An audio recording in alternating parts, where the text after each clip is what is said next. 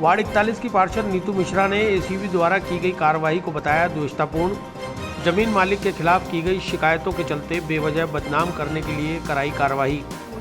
बुधवार को ward number 41 की पार्षद नीतू मिश्रा के पति रंजन शर्मा पर एक परिवादी की रिपोर्ट पर एसीबी द्वारा रिश्वत मामले में की गई कार्रवाई को द्वेषतापूर्ण बताते हुए नीतू मिश्रा और उनके देवर गुंजन शर्मा ने अपनी सफाई दी है। क्या कहा उन्होंने, आइए सुनते हैं। आज बुधवार 7 जुलाई 2021 को हमारे घर पर एसीबी की रेड हुई। यह रेड एक साजिश के तहत की गई और राजनीतिक प्रेरित है। जिस जमीन के बाबत यह झूठी शिकायत हुई है, उस जमीन पर रोज रात को बड़े बड़े डंपर आते थे, जिससे क्षेत्रवासियों की जान को खतरा बना रहता था। रात को कई बार खंभे भी टूटे हैं और बार बार सड़कें भी क्षतिग्रस्त हुई। इसकी शिकायत बराबर एडीए, नगर निगम और पुलिस थाने में 100 नंबर पर की गई, जिससे डंपर आने तो रुक गए। यहाँ भी उल्लेखित करना जरूरी है कि जो कृषि भूमि बेची जा रही है वह एग्रीकल्चर है और सरकारी ज़मीन को कब्जा करके बेचने की साजिश रची जा रही है, इसलिए इस ज़मीन की जांच की जाए। दूसरा, एसीबी ने जो हमें रिपोर्ट दी उसमें खुद लिखा है कि हम बिना वारंट के इसलिए रेड मार रहे हैं कि पैसा खुर्द बुर्द कर देते, जबकि उन्हें हमारे घर से कुछ नहीं मिला। यह जो भी शिकायत रची है वह शिकायतकर्ता इसकी आड़ में सरकारी ज़मीन भी बेच सकते हैं और कृषि भूमि भी। हम जल्द से जल्द इसमें मानहानि का मुकदमा दर्ज कराएंगे। जो भी इसमें शामिल हैं उन पर अगर रिश्वत ही लेनी होती तो एडीए और नगर निगम और पुलिस में शिकायत नहीं करते। अगर आपको शिकायतों के प्रति लेनी है तो आप मुझसे ले सकते हैं।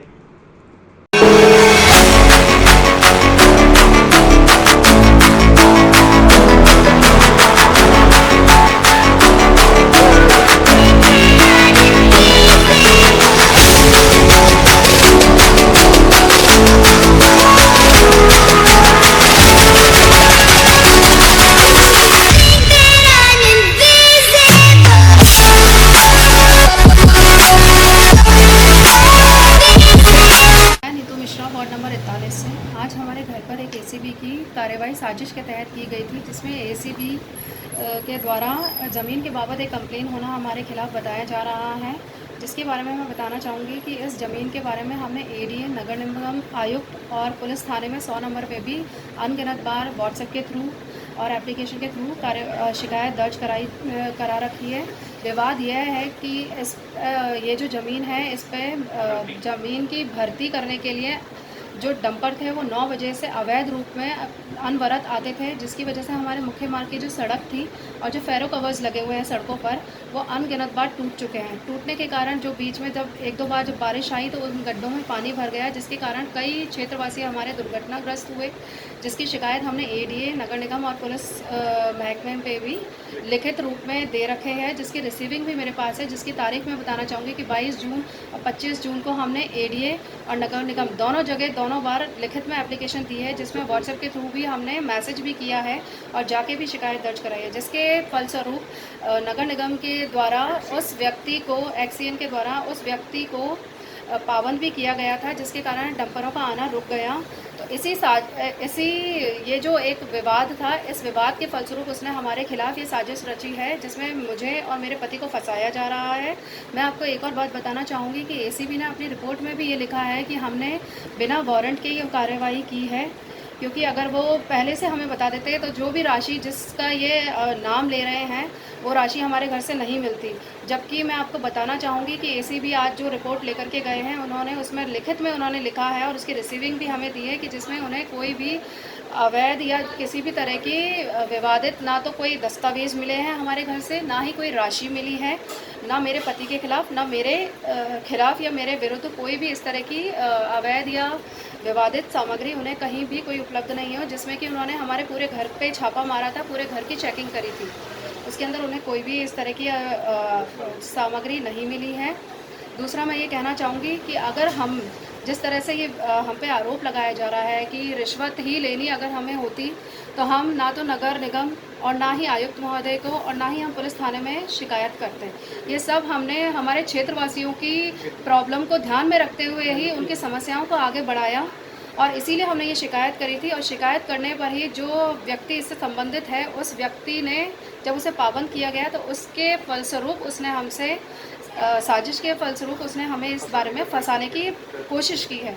तो हम ये चाहते हैं कि जो भी इस तरह की जो भी कार्यवाही की गई है, पहली बात तो इसमें ना तो मेरे पति और ना मैं, हम दोनों ही इसमें इन्वॉल्व नहीं हैं। हमारा इससे कोई भी लेना देना नहीं है। साजिश से हमें इसमें फंसाया जा रहा है और मैं चाहती हूँ कि इसकी सही जांच हो। इस जो भी ये प्रक्रिया है, जो भी न्यायिक प्रक्रिया है, वो सही से इसका निर्णय ले और जो भी प्रकरण है उसके बारे में सभी को सही जानकारी प्राप्त हो। और मैं चाहूँगी कि अगर हम लोग सही हैं तो हम दोनों ही भविष्य में इस व्यक्ति के खिलाफ मानहानि का दावा करेंगे। धन्यवाद। आज हमारे घर पे एक एसीबी की रेड हुई, जिसके अंदर मैं आपको बता दूं ये पूरी साजिशपूर्वक व राजनीतिक देशतापूर्वक भरी थी।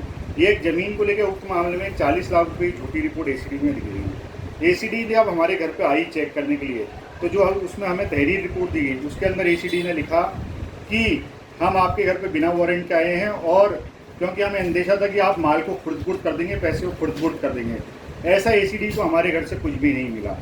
जिस ज़मीन के बाबत वापस ये शिकायत करी गई है, उस ज़मीन को लेकर क्षेत्रवासियों में आतंक था, क्योंकि रात में रोज़ यहाँ पर डंपर आते थे, रोज़ रात में यहाँ पर डंपर आते थे, दारू पी के डंपर वाले गाड़ियाँ चलाते थे।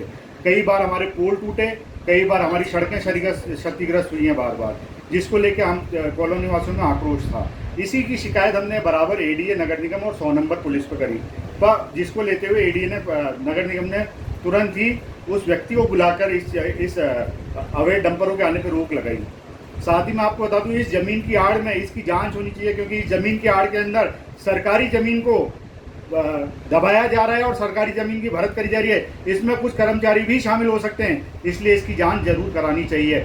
और हम जल्दी ही, हमें न्याय पर पूरा विश्वास है, हम न्यायालय में जाकर इस बात को साबित करेंगे और जो भी इसमें जिन लोगों ने झूठा फंसाने की कोशिश करी है उनके ऊपर मानहानि का दावा करेंगे। धन्यवाद।